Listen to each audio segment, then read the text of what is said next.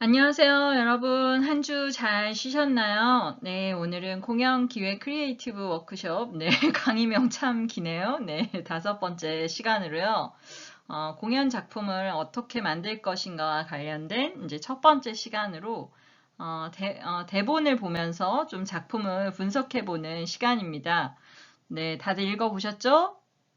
네, 다 읽어보신 걸로 알고, 네, 이제는 대본을 펼쳐 놓으시고 이 영상을 들으시면 좋을 것 같고요. 좀 준비해 주시면 감사드리고요.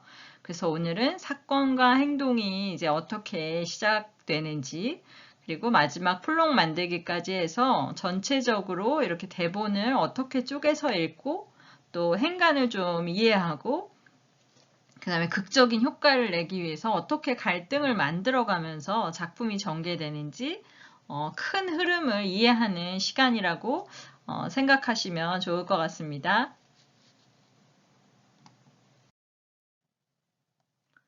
네, 수업 시작하기 전에 우리가 지난주에 배웠던 걸 좀 복습해 보면 저희가 소비자 특성을 한번 파악해 보고 과제로 여러분 개인에 대해서 좀 분석을 해보면 어떨까 이제 그런 과제를 드렸는데 실제로 여러분들이 매우 아주 많이 잘 분석하셔가지고 써주셨어요. 그래서 제가 이걸 다 읽는데 한 3시간이 넘게 걸린 것 같아요. 어쨌든 감사드리고 여러분들이 쓰신 내용을 기준으로 제가 이렇게 구분을 좀 해봤어요. 크게 내가 선도적인 유형인지 이제 수동적인 유형인지 이렇게 세로형으로 나눠보고 오른쪽은 공연 관람을 결정하는 이제 요인으로 내적 요인과 외적 요인으로 구분된다라고 했었는데 이거와 관련해서 이렇게 나눠보니까 크게 한 5그룹이 정도 나왔어요. 그래서 여기 박스 제일 큰 것처럼 공연 애호가가 한 60% 이상이 됐던 것 같아요. 일단 나는 선도적이면서 내적 요인에 의해서 공연 관람을 결정한다. 그래서 실제로 내적 요인과 관련해서는 매우 다양해서 어떤 하나로 결정할 수는 없지만 뭔가 나만의 취향이 좀 다들 확실하셨던 것 같아요. 그래서 특정 장르를 굉장히 좋아하는 사람이 있었거나 혹은 특정 좋아하는 이제 아티스트들, 그죠? 믿고 보는 배우면 나는 무조건 본다라는 것도 있었고 혹은 어떤 새롭고 짜릿함을 느끼는 이제 그런 공연들 혹은 나만의 어떤 힐링을 할 수 있는 혹은 스트레스를 해소한다거나 그다음에 어떤 설레임을 주는 뭐 이제 여러 가지 요인들이 있었고요. 좀 공연 애호가라는 명칭을 붙여준 친구들이 굉장히 대부분이었고 나머지 여기에서 조금 다른 재미있는 이름들을 붙여주셨는데요. 선택적 공연 애호가라는 친구도 있었고 나는 선택적 열광자다. 그래서 나는 공연을 통해서 어떤 설렘과 즐거움을 만끽한다. 그 다음에 또 재미있는 게 공연 헛내기다. 네, 이런 친구도 있었고 나는 공연 도전자다. 그리고 나는 공연 팬클럽 회원이고 향후에는 회장님이 되고 싶다. 그런 친구도 있었던 것 같아요. 그래서 홍공도 즐기지만 주변에 추천하거나 설득하는 이제 그런 공연도 있다. 그래서 또 여기 재미있는 게 공연 방랑자다. 네, 그러면서 어떤 특정 장르나 어떤 뭔가를 구분하지 않고 방랑하시는 것 같아요. 그렇죠? 네. 그리고 공연 관찰자라는 이제 이런 명칭을 만들어 주신 분도 있었고 그 다음에 이제 선도적이지만 나는 내적 요인보다는 외적인 요인들이 조금 더 중요하게 고려되는 것 같다. 그래서 여기 콘서트 애호가라는 분은 이제 좋아하는 가수 공연은 꼭 보지만 중요한 거는 그렇다 하더라도 내가 좋아하는 공연이다 하더라도 솔직히 높은 가격이거나 혹은 집에 갈 수 없는 시간에 끝나는 어떤 공연장의 위치라던가 이제 이런 거리 거기에 따라서 굉장히 중요하죠. 사실 저도 이거 굉장히 크게 고려하는 거거든요. 너무 보고 싶은 공연이더라도 너무 먼 곳까지 갈 수는 없잖아요. 네, 요거 중요하죠. 그렇죠? 네, 그래서 이런 분도 있었고 여기는 공연 애호가 여기에도 이제 공연 애호가라고 쓰신 분들이 굉장히 많았어요. 그래서 여기는 이제 새로운 시도나 실험, 도전하는 이제 이런 것들은 좀 리스크가 있다.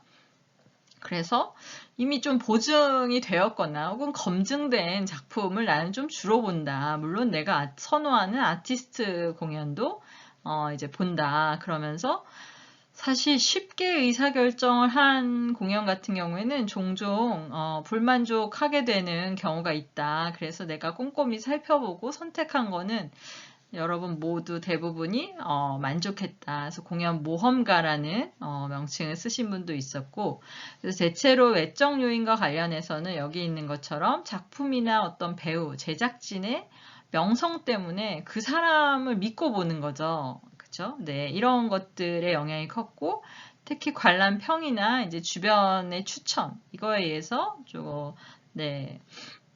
그 다음에 광고에 이제 노출이 많이 될 경우, 그죠? 그런 거에 영향을 많이 받고, 아까 얘기했던 가격이나 위치나 이제 공연 시간 이런 것들이 실제로 내가 아무리 보고 싶어도 안 보게 되는 어떤 주요한 결정적 이유가 된다라고 하신 분들이 있었고요. 그 다음에 여기 중간에 있는 분들은 물론 여기 계신 분들도 다 그렇겠지만 나는 이제 공연에 따라서 이쪽 갔다가 저쪽 갔다가 한다. 그래서 나는 선도적이지만 내적인 요인을 중요하게 생각하는 작품이 있고 여기 명성이나 이제 이런 위치나 비용이나 혹은 주변 친구나 주변에 의해서 그들을 위해서 내가 그쵸? 네, 갈 수도 있는 거죠. 그래서 작품도 중요하지만 친구들과의 어떤 관계나 그쵸? 즐거운 어떤 놀이 문화를 위해서 공연을 보러 갈 경우에는 이제 외적인 요인이 되는 거죠. 그래서 여기에서도 공연 수집가, 애호가, 탐색가, 입문자 뭐 이렇게 해서 이름들을 잘 붙여주셨어요. 그 다음에 여기는 나는 수동적인 성향의 이렇게 요인은 다르다라고 하시는 분들 이름도 아주 소심한 애호가라고 하시면서 나는 수동적이지만 특히 이제 내적 요인인데 굉장히 나는 고관여 작품을 고르기 위해서 관여하는 시간이라든가 정보 탐색량이라든가 이런 것들이 굉장히 많은 친구고 여기는 공연 애호가지만 네 이렇게 수동적이면서 내적 요인이 중요하다. 반대로 여기는 외적인 요인이 나는 훨씬 중요하다라는 거죠.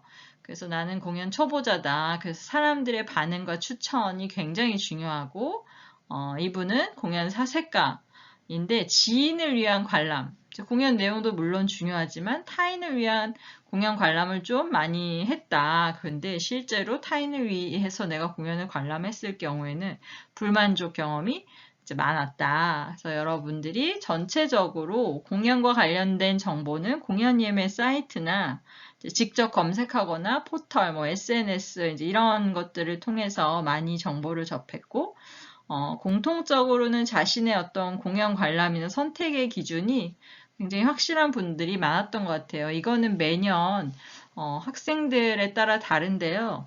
이렇게 선도적이면서 내적인 요인을 중요하게 생각하는 그룹이 많이 나온 경우는 처음인 것 같아요. 네, 어쨌든 여러분들 기대하겠습니다.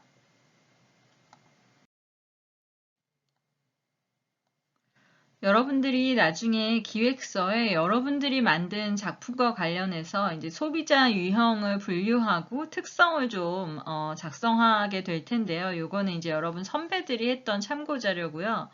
이거는 기준이 좀 달라요. 여러분들은 수동적이냐, 선도적이냐, 그리고 공연 관람을 선택하는 요인에 따라서 나눴다면 여기는 이제 고관여냐, 저관여냐로 했는데요.